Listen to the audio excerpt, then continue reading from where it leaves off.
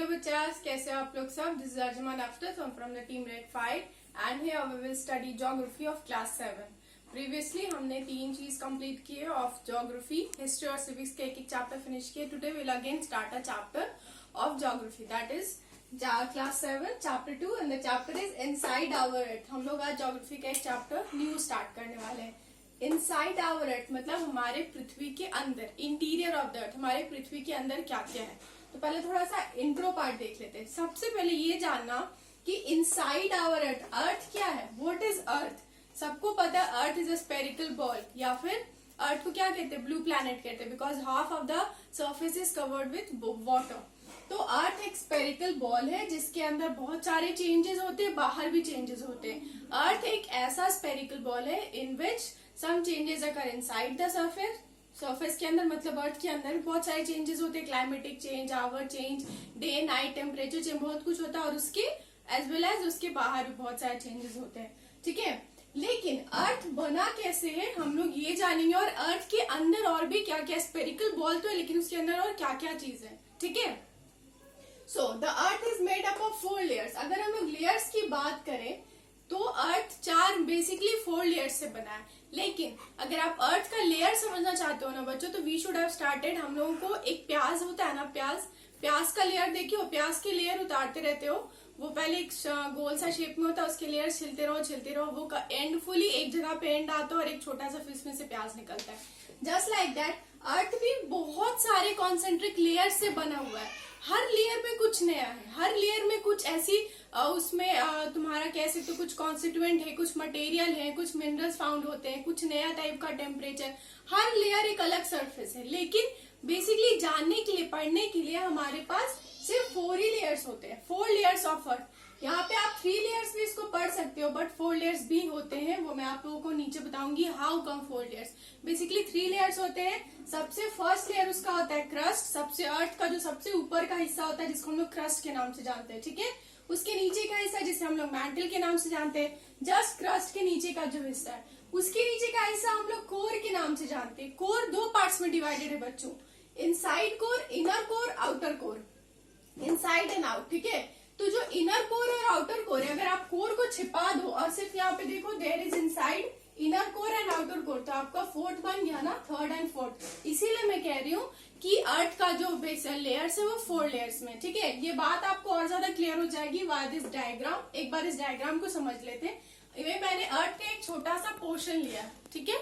तो अर्थ का सबसे यहाँ पर देखिए फर्स्ट पोर्शन जो है ये पे हमारा, यहाँ से हम लोग स्टार्ट करते हैं।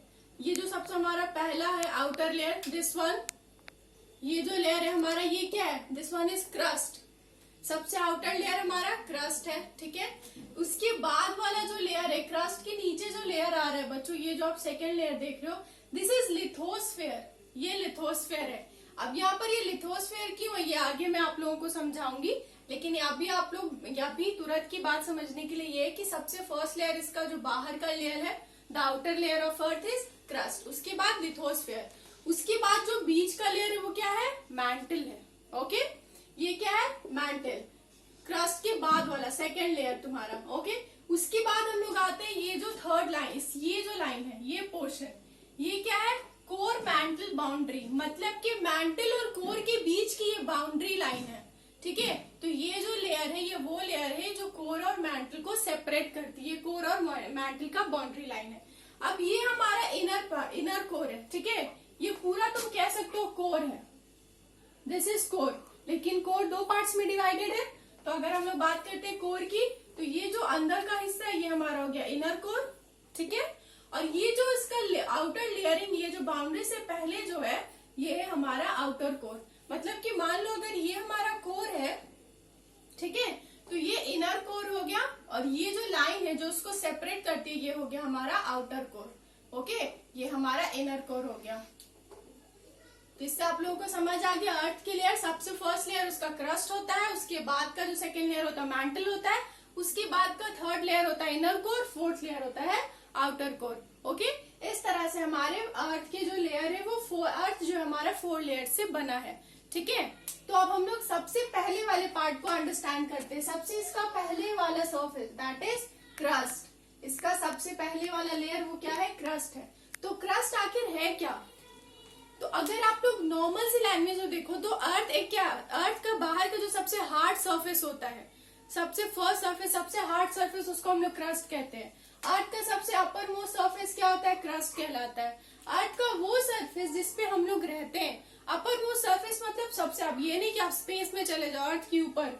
अपर मोस्ट सरफेस का मतलब ये नहीं कि ये अर्थ है, इसका ये ऊपर वाला, इस पे हम लोग चल रहे हैं, ऐसा नहीं। इसका ये जो अपर मोस्ट सरफेस है जिसपे हम लोग रहते हैं, ये अपर मोस्ट सरफेस क्या कहलाता है? क्रस्ट कहलाता है। ओके, और इस सरफेस पे हम लोग क्या करते रहते हैं। लेकिन अर्थ का अलग अलग सरफेस जो है बच्चों, वो अर्थ का अलग अलग वॉल्यूम, अलग अलग एरिया ऑक्यूपाई करता है। तो अर्थ का सिर्फ 1% या कह सकते हो लेस देन 1% का एरिया जो है वो हमारा क्रस्ट ऑक्यूपाई करता है। ठीक है, it occupies 1% of the earth volume. ये अर्थ का कितना एरिया कवर करता है? 1%, या कह सकते हो लेस देन 1%। ठीक है, इसके बाद it is the thinnest layer of all the layers. अगर हम लोग सभी लेयर्स की बात करें तो क्रस्ट का सबसे कम जगह होता है।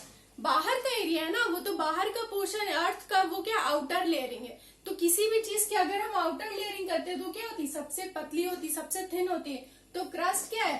अर्थ का सबसे थिनेस्ट लेयर है, और ये बाकी सभी लेयर्स में से क्रस्ट सबसे थिनेस्ट लेयर है। ठीक है, ऑल 3 लेयर्स में से क्रस्ट सबसे थिनेस्ट लेयर है। इसकी अगर हम लोग बात करते हैं डिवीजन की, तो it is about 35 kilometre on the continental masses. 35 kilometre on the continental masses. आप लोग क्या समझते हो बच्चों? कॉन्टिनेंटल मासेस का मतलब कि वो जो एरिया है, वो जो लैंड जो समुद्र के ऊपर है, ठीक है, उसका सरफेस, उसका डिस्टेंस कितना है? 35 किलोमीटर। ठीक है, तो क्रस्ट का डिस्टेंस कितना है? 35 किलोमीटर, लैंड से 35 किलोमीटर समुद्र के ऊपर। ठीक है, it is about 5 kilometre on the ocean floor, और इसमें कितना क्रस्ट का कितना लेयरिंग है? 5 किलोमीटर की दूरी है ओशियन फ्लोर पे। ठीक है, कॉन्टिनेंटल मासेस मतलब जमीन पे उसकी दूरी 35 किलोमीटर है, और ओशियन फ्लोर पे उसकी दूरी 5 किलोमीटर है। ठीक है, लेकिन इस दोनों को एक अलग अलग नाम से जानते हैं। इसकी जो दूरी है कॉन्टिनेंटल मासेस की, जो 35 किलोमीटर से, मतलब वो लैंड जो रेजिंग है, कॉन्टिनेंटल मतलब जो रेजिंग लैंड होता है ना सी फ्लोर के ऊपर, उसको हम लोग कॉन्टिनेंटल मासेस कहते हैं। तो उसको इसका एक और नाम है कॉन्टिनेंटल मासेस का, साइल। ठीक है, अब इसका साइल क्यों नाम है ये हम लोग जानते हैं, इसलिए क्योंकि कॉन्टिनेंटल मासेस में जो 2 मेन मिनरल्स फाउंड होते हैं ना बच्चों अर्थ में, हम लोग क्या करेंगे, इसमें हम लोग क्या पढ़ सकते हैं, कितनी तरह के मिनरल्स होते हैं, कितनी तरह के रॉक्स होते हैं, और अर्थ के कितने लेयर्स होते हैं, राइट। तो जो मिनरल हमें कॉन्टिनेंटल मासेस में फाउंड होते हैं, सबसे 2 इंपॉर्टेंट मिनरल्स वो होते हैं सिलिकॉन। SI मतलब सिलिकॉन, SI क्या डोनेट कर रहा है? सिलिकॉन। ठीक है, एंड AN मतलब एल्यूमिनियम है यहाँ पे। ठीक है, तो इसीलिए इसे साइल कहा जाता है। तो यहाँ पर इसका मतलब हमें साफ समझ आ रहा है कि बेसिकली कॉन्टिनेंटल मासेस में जो 2 मेन मिनरल्स फाउंड होते हैं वो है सिलिकॉन और एल्यूमिनियम। इसीलिए कॉन्टिनेंटल मासेस को एक और नाम से जाना जाता है, दैट इज साइल, SAIL। ठीक है, साइल। और नेक्स्ट है हमारा ओशियन फ्लोर। ओशियन फ्लोर भी एक अलग नाम से जाना जाता है, बिकॉज ऑफ व्हाट, कि वहां कौन से मेन मिनरल्स मिलते हैं हमें। तो अगर हम लोग ओशियन क्रस्ट की बात करें तो ओशियन क्रस्ट में जो मेन मिनरल्स फाउंड होते हैं that is silicon and magnesium. इसीलिए ओशियन क्रस्ट को हम लोग सीमा के नाम से जानते हैं। यहाँ पे आपको दिख रहा है सीमा। बहुत लोग इसे बहुत तरह से प्रोनाउंस करते हैं, इसे आप सैल भी कह सकते हो, सेल भी कह सकते हो, यहाँ पे साइमा भी कह सकते हो, सीमा भी कह सकते हो। ओके, तो यहाँ पर ये जो साइमा है ये क्या है? SI is for silicon. ठीक है, SI सिलिकॉन के लिए है, और MA है हमारा मैग्नीशियम के लिए।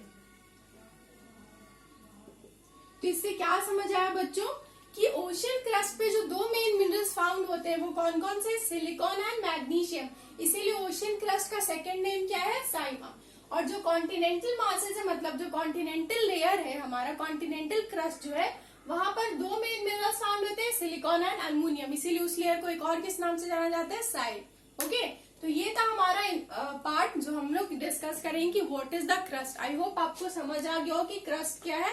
The outermost layering of the earth, the hardest surface of the earth, the surface on which we live on. ठीक है, वो कितना % एरिया ऑक्यूपाई करता है, वो किस तरह का सर्फेस है, the thinnest surface of all the 3 layers. तो ये सारी चीज हमें पता चली knowing about the facts of crust. इसके बाद हम लोग नेक्स्ट वीडियो में हम लोग डिस्कस करेंगे व्हाट इज मैंटल। हम लोग मैंटल के बारे में डिस्कस करेंगे, अर्थ के सेकेंड लेयर्स के बारे में। Okay, so that's all for today. इस वीडियो के लिए आज के लिए इतना काफी है। इन द नेक्स्ट वीडियो हम लोग इसका नेक्स्ट टॉपिक डिस्कस करेंगे। टिल देन बच्चों, take a little bit of this, revise करिए, वीडियो को प्रीव्यू करके देखिए। If you have any problem आप मुझे कमेंट सेक्शन में पूछ सकते हो। Okay, I will be there to help you out. Okay बच्चा, that's all for today. See in the next class. Bye bye.